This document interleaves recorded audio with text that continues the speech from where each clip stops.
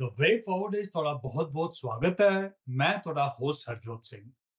ਜਿਵੇਂ ਕਿ ਅਸੀਂ ਸਭ ਜਾਣਦੇ ਹਾਂ, ਇਸ ਵੇਲੇ ਜਨਰਲ ਇਲੈਕਸ਼ਨਸ ਦਾ ਸੀਜ਼ਨ ਹੈ ਔਰ ਅਸੀਂ ਤੁਹਾਡੇ ਸਾਹਮਣੇ ਜਿਹੜੇ ਸਾਡੇ ਪੋਲੀਟੀਕਲ ਕੈਂਡੀਡੇਟਸ ਹਨ, ਉਹਨਾਂ ਨੂੰ ਲੈ ਕੇ ਆਉਂਦੇ ਹਾਂ, ਤੁਹਾਡੇ ਨਾਲ ਰੂਬਰੂ ਕਰਾਉਂਦੇ ਹਾਂ। ਇਸ ਹਫਤੇ ਅਸੀਂ ਤੁਹਾਡੀ ਗੱਲ ਕਰਾਂਗੇ ਨਿਊਯਾਰਕ ਸਟੇਟ ਸੈਨੇਟ ਡਿਸਟ੍ਰਿਕਟ 2 ਦੇ ਕੈਂਡੀਡੇਟ ਕ੍ਰੇਗ ਹਰਸਕੋਵਿਟਸ ਨਾਲ। Craig, you're very, very welcome to the show. Yeah, thank you so much, Harzad. It's great to be here. Craig, thank you so much for taking out the time. We understand this must be a very busy time of the year. Craig, I would like you to tell our viewers something about yourself. Were you born on the island? Did you grow up on the island? Yeah, I was born in Huntington, and I was raised in Northport. Graduated Northport Public High School. I went to college at American University in DC, but I'd spend my summers back on Long Island working for the State Department at JFK Airport. And then after college, I worked for Senator Kennedy in DC, but then moved back to Long Island to work for Congressman Steve Israel in his Hop Hog office. I went to law school up at Quinnipiac in Connecticut. Again, spending my summers back on Long Island. I worked for the Suffolk County District Attorney's Office and clerked for New York Supreme Court Justice on Long Island. And after that, after graduate law school, I moved back to DC, and I was in DC for 8 years, working for the federal government. I was an attorney for the FBI and the Department of Justice. I prosecuted drug traffickers, terrorists, and money launderers. I interviewed leaders of a terrorist organization in Colombia and was able to recover millions of dollars that was used to compensate the victims of their atrocities. I also led the Bernie Madoff victim remission case, which allocated $4.4 billion to the victims. And then after 8 years in DC, I moved back to New York. I worked for JP Morgan Chase. And then I was appointed assistant counsel to the governor a couple months before the pandemic. And I was the chief legal advisor for all financial matters for the state of New York. And then during COVID, I implemented telehealth. I waived copays for the vaccine. And then after that, I became a criminal defense attorney and then a judge in New York City. And now I'm running, I'm the Democratic nominee for State Senate District 2, which includes all of Huntington and Smithtown. And and I'm just excited to hear from you and talk with your listeners. Craig, we get you have a long history of public service. We would like to know what was your inspiration to run for this office at this stage of your life? Yeah, so when I was in the governor's office, I had imposter syndrome at first. Like, am I really like the best person to be doing this work, especially during a pandemic? And then dealing with the Senate and the Assembly and in the legislature, I was like, oh, I can definitely do this. And I was very successful, working with a lot of experts and stakeholders, identifying problems and finding solutions for these problems. And we did a lot of great work that helped a lot of people and work that I'm incredibly proud of. And that was kind of like my reason to run for office, because I recognized that in Suffolk County, we don't have a seat at the table. And we're not getting our fair share of funds. And my priority is to ensure that Suffolk County gets its fair share of funds.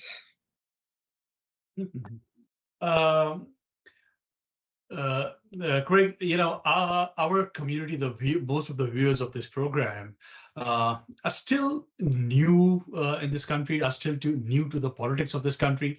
Can you tell us a little where exactly your district is, District 2?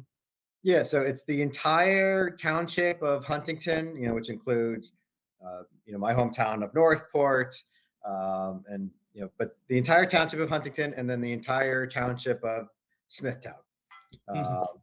So it's a population of about 250,000 people, and yeah, it's wide range of issues and concerns. Like Huntington. It's more democratic, while Smithtown is very conservative, and there's like a big MAGA population out there in Smithtown. But anyone who is in those two townships, I will represent. Mhm. Craig, let's go straight to the issues. What do you think are the main issues in this election, particularly facing your district? Yeah, so we actually did a poll to actually find out what the most important issues are. The Mhm. economy is the biggest issue. Mhm. Inflation, the cost of living, property taxes. We spent a lot of money on property taxes on Long Island and Suffolk County. Which is why my top issue is to make sure we get our fair share of funds, because Long Island is an ATM for the state. We Mhm. get 50 cents on the dollar, and New York's a donor state. Most of the money leaves New York and goes to other states. So I want to advocate for our fair share of funds. And that's why it's important that we elect suburban Democrats to represent us in Albany. So we can identify a lot of projects on Long Island that need funding, and to lower the financial burden for the taxpayers on Long Island, and to provide good, clean jobs, and to lower inflation, and to make Long Island more affordable. The other Great. Yes, I'm sorry, Craig. Before we go to the next one, this issue is so important for all the Islanders. We are losing our kids to other states. People, despite getting good education, these kids, despite getting good education and good, well-paying jobs, still can't afford housing on the island, and that's why they're losing. We have so many neighbors who are going to North Carolina and other states. Do you have a plan to address this issue? Yeah, so affordable housing is a big issue, because you're exactly right. We pride ourselves on having the best education on Long Island. We spend a lot of money educating our children, but when they graduate, they can't afford to live in the communities that they grew up in, and that they love, and they are we're paying to educate North Carolina. So it's really important that we keep the kids that we raise and grow up here, so they can contribute to our economy. And that's why affordable housing is incredibly important, and that's why we want to work to provide tax incentives for more affordable housing. There's a lot of fear tactics when it comes to affordable housing. There's the perception that affordable housing would bring in crime, but it's not true at all. I mean, it's to provide housing for teachers, for first responders, for restaurant workers, all people that are productive, and contribute to the economy, and it's good for economic growth. And so we just had a project in Northport. It was an affordable housing development that people were fighting for 50 years, and it's finally being developed right now, and it's beautiful. It's a gorgeous project. So I think it's really important to work with local communities to identify needs, and work with developers to provide smart development. But it's also important that we provide funding for infrastructure, and that's another thing that we need to work on. To allow for these affordable housing, we need to improve the sewer systems on Long Island. Proposition 2 is going to be on the ballot this election. It provides funding for new sewer systems on Long Island, which is, I think, incredibly important for our water, because a lot of nitrates are leaking into the water. So it's great for the environment, but it's also going to be great for development, because when we have those sewer systems installed, it'll be a lot easier to build more housing projects. So providing funding for infrastructure on Long Island, and then tax incentives, working with developers to provide affordable housing. I think we could definitely make Long Island more affordable, and so that our children can live on Long Island. Mhm. We can't emphasize enough how important that is for the residents of Long Island and all your constituents. आज ਅਸੀਂ ਗੱਲ ਕਰ ਰਹੇ ਹਾਂ New York state senate district 2 ਦੇ candidate Craig Herskowitz ਨਾਲ. Craig, you did mention crime, and I must tell you that always is a primary responsibility of the government, wherever it is. And people do feel concerned about the state of safety in New York. Mhm. Some of it, might be rhetoric from the other side or whatever, but there is a general concern. And I feel that your background, having worked so closely with FBI and other agencies, could be really used in the current political scenario. Can you tell us, what do you think about the state of safety in New York, and particularly on the island? Yeah, absolutely. And you're right. I have a background in law enforcement and in government, and I am very serious about safety. Mhm. And you're right. There was a lot of fear tactics when it comes to safety and crime. Uh, Republicans were very successful running on the bail reform law. I also did criminal defense work, so I saw firsthand how the bail reform law worked. Uh, 99% of people return to court, no issues, no problems, because bail is just to ensure people return to court. But you have like that 1% of people who get released and then commit another crime. The legislature has fixed it.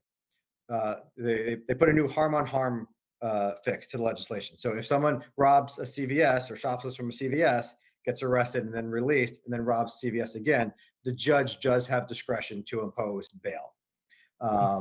So there's a lot of fear tactics when it comes to bail reform and safety. But data showing that crime has gone down significantly. But it's important that people feel safe, and recognize that our community stands together, that we support each other, and we want to make sure that everyone feels safe and secure in their homes. Mhm. Uh, Greg, one issue that we are a coastal region, and something that weighs very heavily on everyone's mind, and particularly with the recent hurricanes that we have had, we are all concerned. Another safety issue now. Climate is just not something that we talk about. It has become a safety issue. Mm-hmm. How do you see that, and how do you plan to address the climate crisis? Yeah, and you're right. We're a coastal community. We want clean air, we want clean water. Coastal erosion is a big problem on Long Island, so we need to work towards clean, renewable energy. And we want to work on technology that gets carbon emission out of the atmosphere, gets the nitrates out of our water. We want to get rid of these plastics that are polluting our environment. So it's extremely important that we provide more funding to protect the environment and to ensure that that our children and feel that they have the clean air, they have the clean water. Long Island, we used to have like the best water, and then it went to the worst, and now everyone has multiple filters in their homes. So that's why I strongly support Proposition 2, which is on the ballot this year, which is going to help clean the water on Long Island.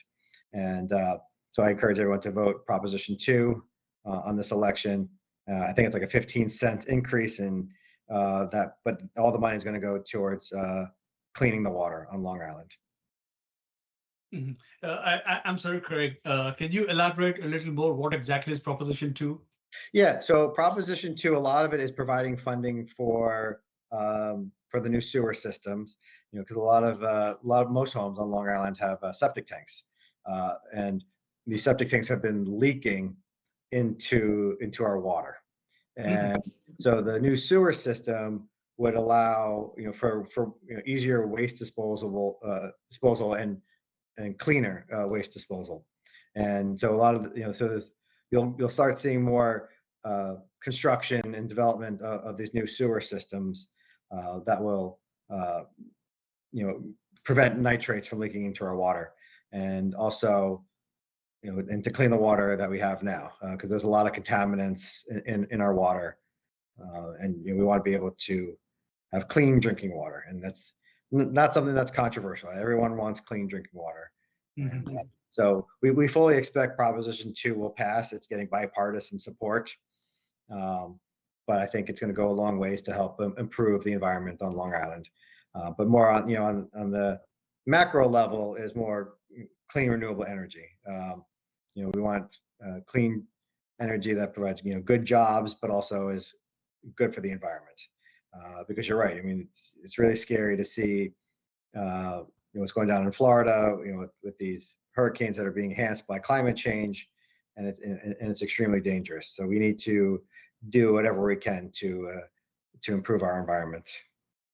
So Craig, for our viewers' better understanding, we're seeking this money from Albany or Washington? So we need both. So we need federal dollars and we need state dollars. So I'm on the state level. So my focus is getting state dollars to fund projects on Long Island.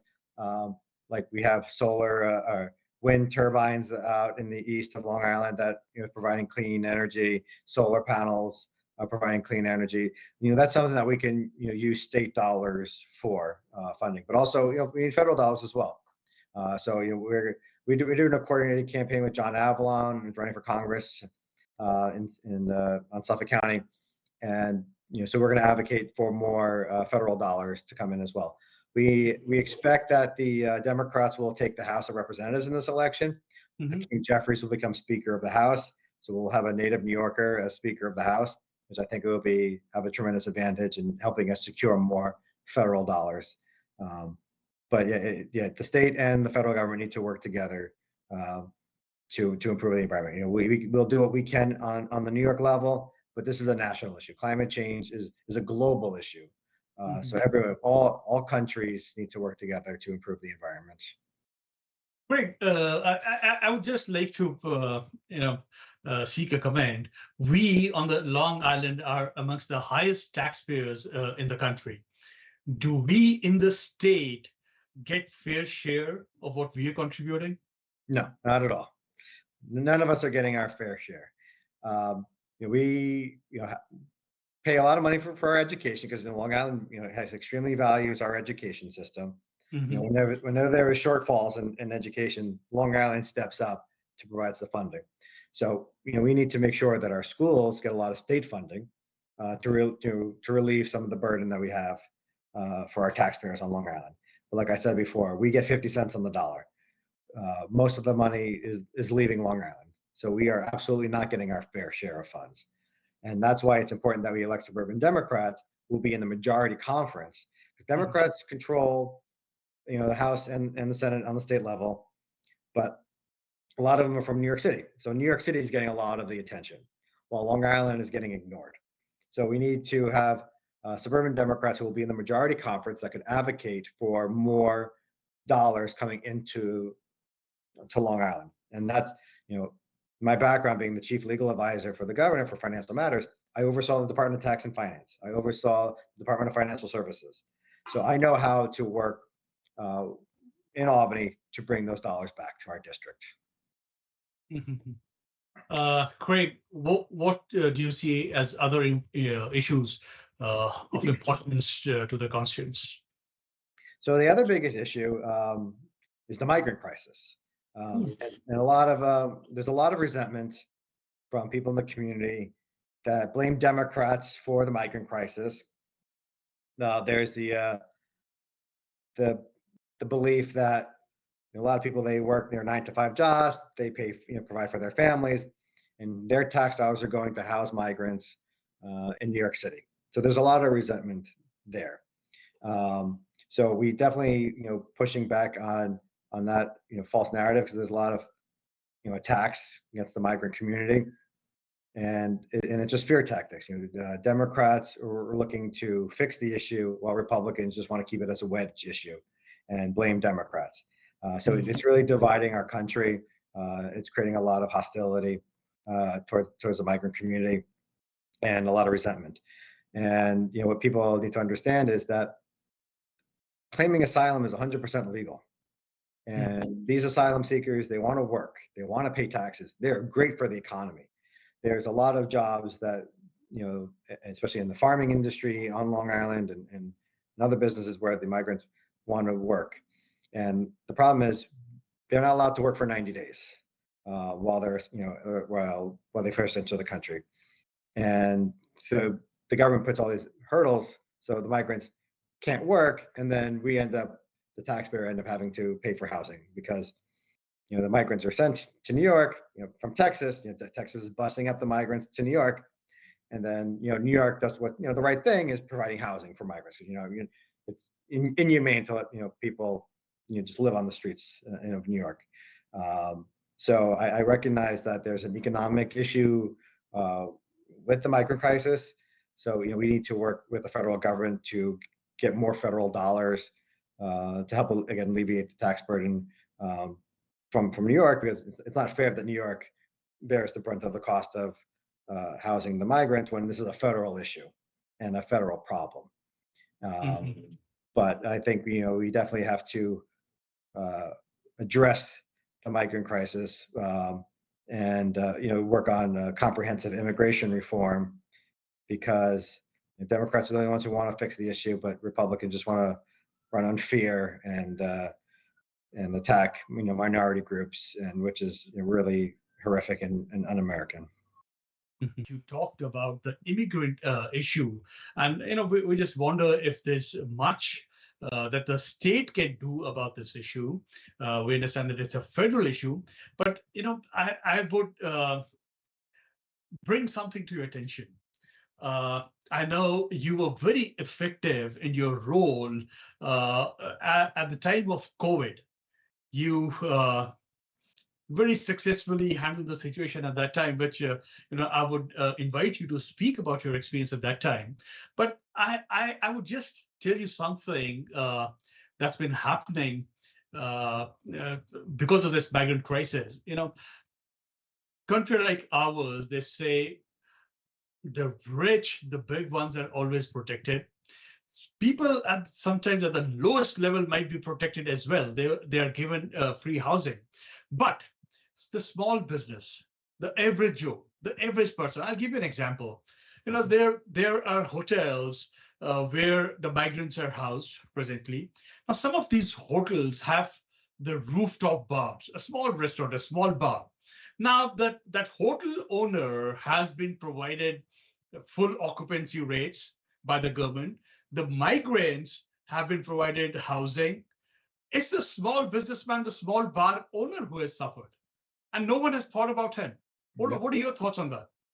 Yeah, and absolutely. So, when I was, with the governor's office, I worked on small business tax credits, because, we extremely value the small business owners, the mom and pop stores and restaurants. I mean, they're crucial, for our community.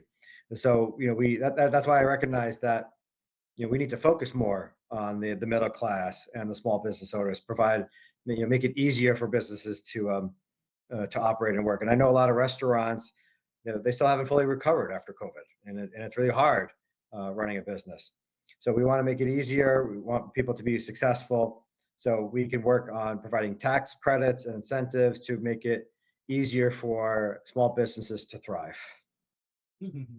We still see so many businesses who have not recovered from what they suffered during the COVID time. There's so many stores that are still empty on the Jericho Turnpike. I'm sure you have noticed that. Yeah, and it's a big issue, and that's why we need to make it easier for small businesses to run and operate. And I know there's a lot of risks involved in starting a small business. It's a lot of work, and that's the kind of behavior we want to reward. We want to reward hard work and people taking chances. And so I think more needs to be done to help the small business owner. Great. Do you have a plan to increase economic activity on the island?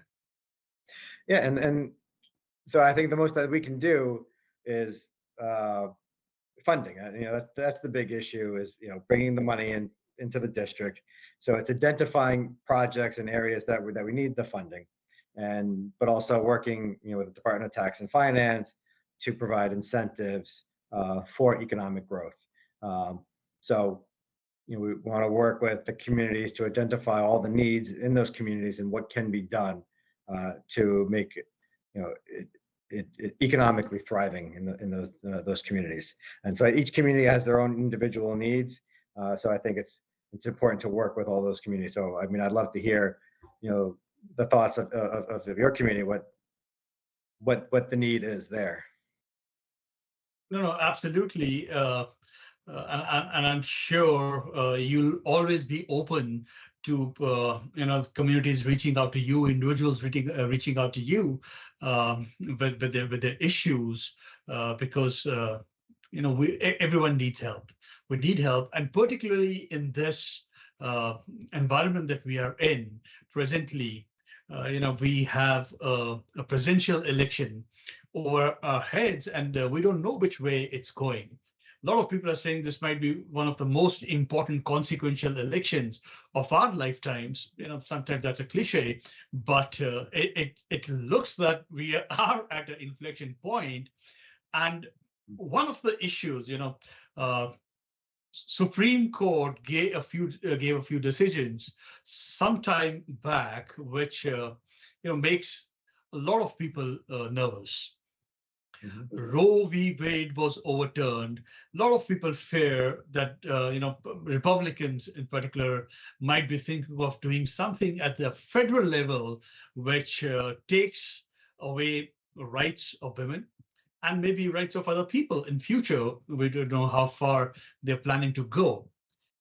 Do we in you have an advocate who will protect our rights, at least in New York State?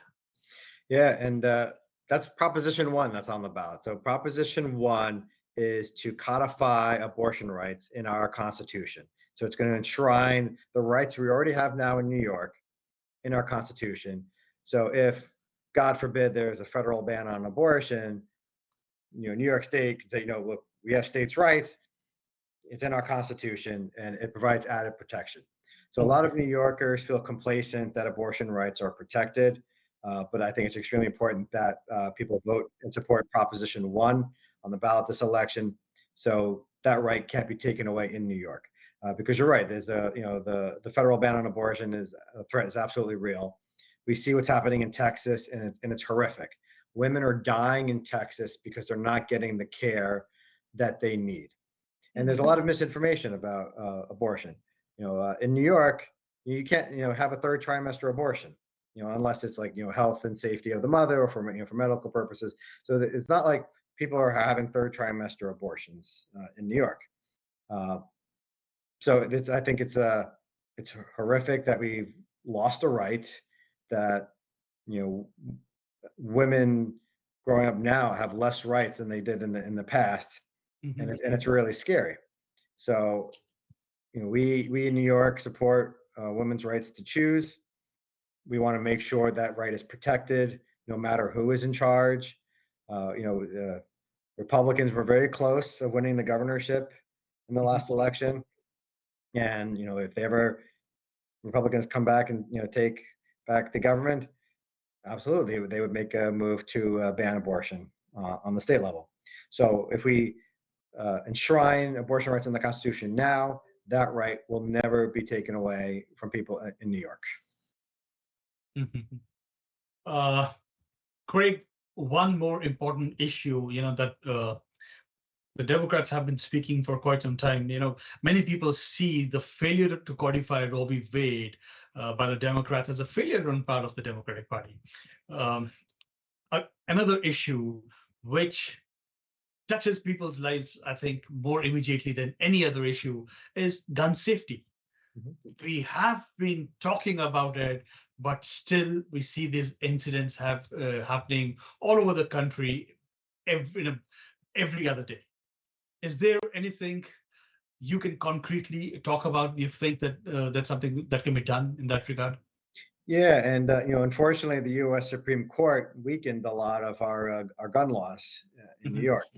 But New York does have some of the strongest gun laws on the books already. If you have an unregistered firearm, just possession, the standard offer from the district attorney's office is 2 years jail, 2 years probation.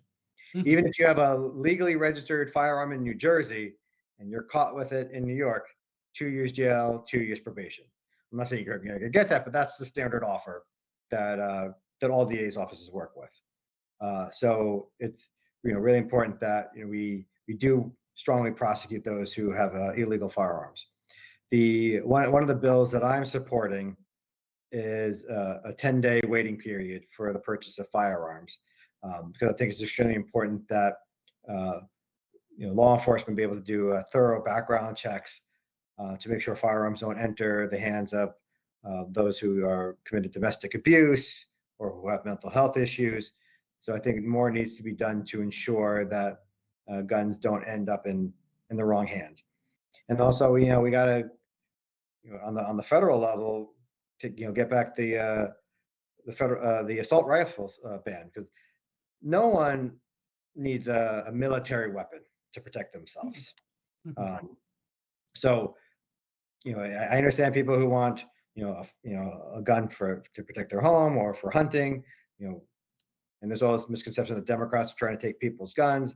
No, uh, we just want to make sure that people are safe in the community, that our children are safe, because there's too much gun violence in America.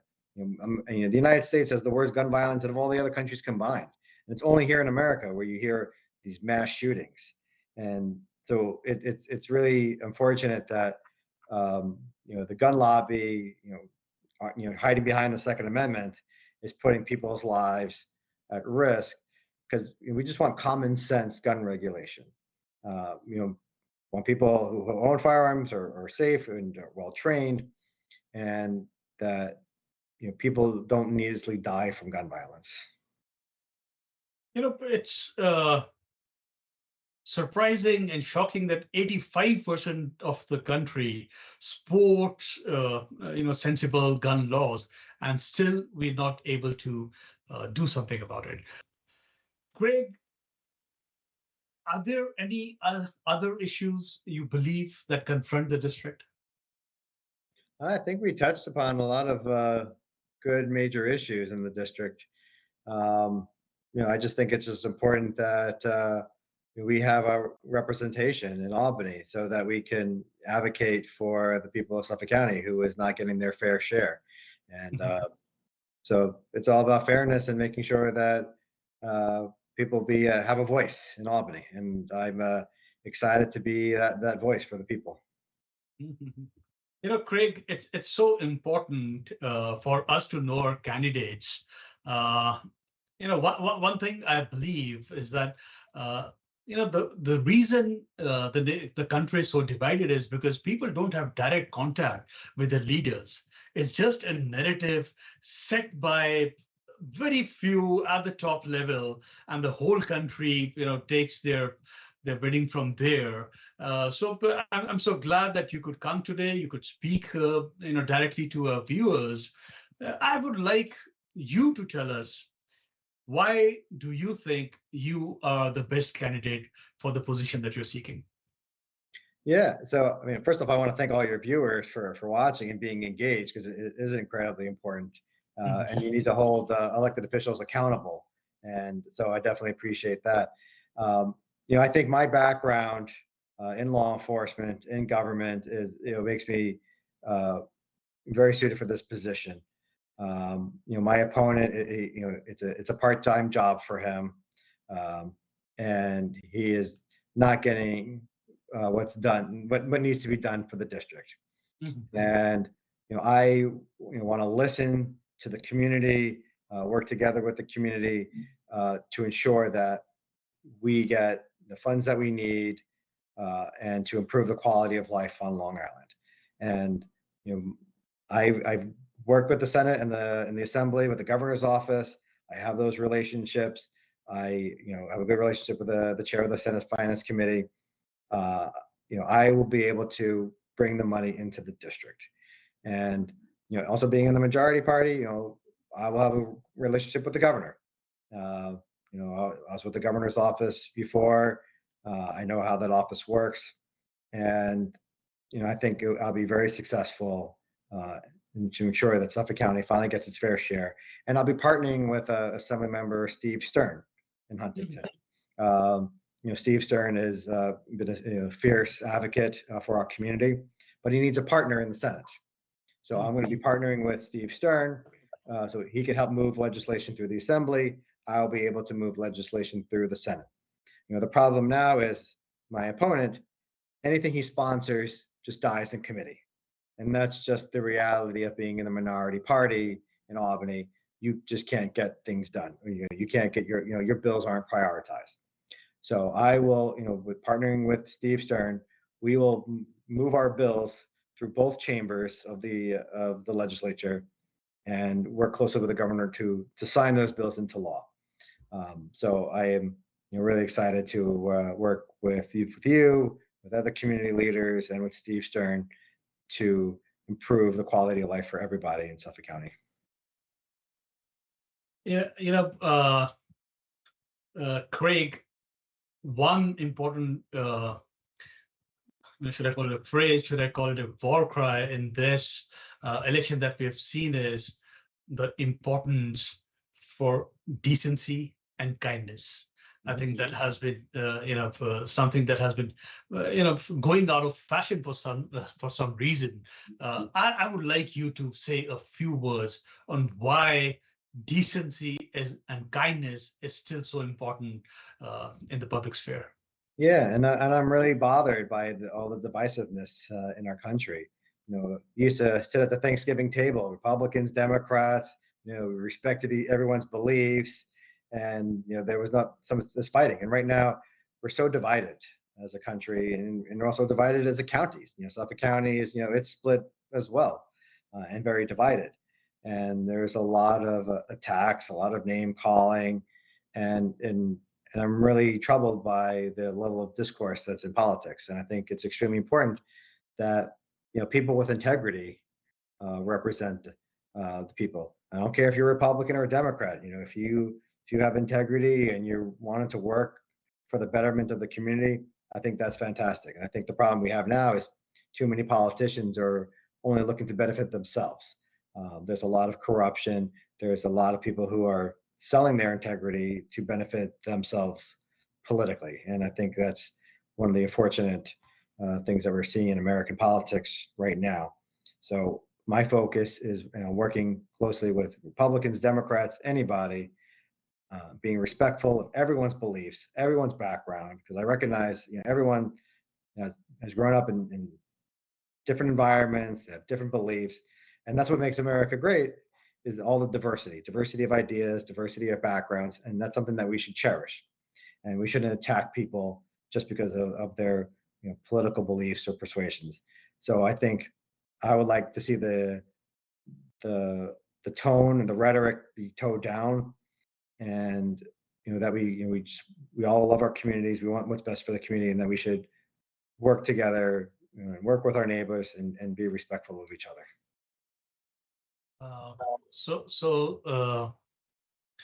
Thank you for those words, Craig. Craig, we are a diverse community. We are a very open community. We are a very accepting community. Still, we have incidents of hate crime not too far from where we are in the Suffolk County. Anything you would like to say to that? Yeah, and what I love is that our communities always come together whenever there's any acts of hate. Hate has no home in Suffolk County. And when there is an attack on one member of the community, it's an attack on every member of the community. And I love to see the unification of our community, all different religions, backgrounds. We come together and we unite as one. And we stand up with one voice that we will not tolerate hate, we will not tolerate discrimination, and we are one community. So I think it's great to see that when there are acts of hate, that the community comes together. But obviously, we want to work to ensure that those that commit hate in our community are punished and held accountable, because that is completely unacceptable. And I definitely appreciate the community coming together and uniting as one. Republicans, Democrats, we come together and we support our community and we support our members, and we are one great community. And that's something that I take pride in, that our community comes together. Craig, with those encouraging words, we thank you for taking out the time today. We wish you all the very best for the rest of the campaign. And it's not too far. I guess we're in the home stretch now. Yeah, it's coming close, and I'm excited that it's going to come to the end soon. I got my last filing deadline on Monday, so I'm almost done with fundraising. So I'm excited about that. Now it's all about spending all the money we've raised and getting our message out, because when a lot of independent, persuadable voters hear about my background in law enforcement and in government, they vote for me. And so we have a very great chance of winning this election. And I definitely appreciate your support. Thank you so much for talking to us today. Yeah, thank you so much. ਇਹ ਸਨ New York state senate district 2 ਦੇ candidate Craig ਹਰਸਕੋਵਿਟਸ। ਜਿਵੇਂ ਕਿ ਅਸੀਂ ਹਰ ਵਾਰ ਕਹਿੰਦੇ ਹਾਂ, ਇਹ elections ਸਾਡੇ ਲਈ ਬਹੁਤ ਇੰਪੋਰਟੈਂਟ ਹਨ। ਔਰ ਨਾ ਸਿਰਫ ਫੈਡਰਲ ਲੈਵਲ ਤੇ ਸਿਰਫ ਪ੍ਰੈਜ਼ੀਡੈਂਟ ਦੀ ਇਲੈਕਸ਼ਨ ਇੰਪੋਰਟੈਂਟ ਨਹੀਂ ਹੁੰਦੀ, ਪ੍ਰੈਜ਼ੀਡੈਂਟ ਦੀ ਇਲੈਕਸ਼ਨ ਬਹੁਤ ਇੰਪੋਰਟੈਂਟ ਹੈ, ਬਟ ਇਹ ਜਿਹੜੀ ਲੋਕਲ ਇਲੈਕਸ਼ਨਸ ਹੈਗੀਆਂ, ਸਾਡੇ ਲੋਕਲ ਅਸੈਂਬਲੀਮੈਨ, ਸਾਡੇ ਲੋਕਲ ਸਟੇਟ ਸੈਨੇਟਰ, ਇਹ ਬਹੁਤ ਇੰਪੋਰਟੈਂਟ ਹਨ। ਔਰ ਕਿਵੇਂ ਸਾਡੀ ਕਮਿਊਨਿਟੀਜ਼ ਵਿੱਚ ਪੈਸਾ ਖਰਚ ਹੁੰਦਾ ਹੈ, ਕਿਵੇਂ ਸਾਡੀ ਕਮਿਊਨਿਟੀਜ਼ ਵਿੱਚ ਕੀ ਫੈਸਿਲਿਟੀਜ਼ ਆਉਂਦੀਆਂ।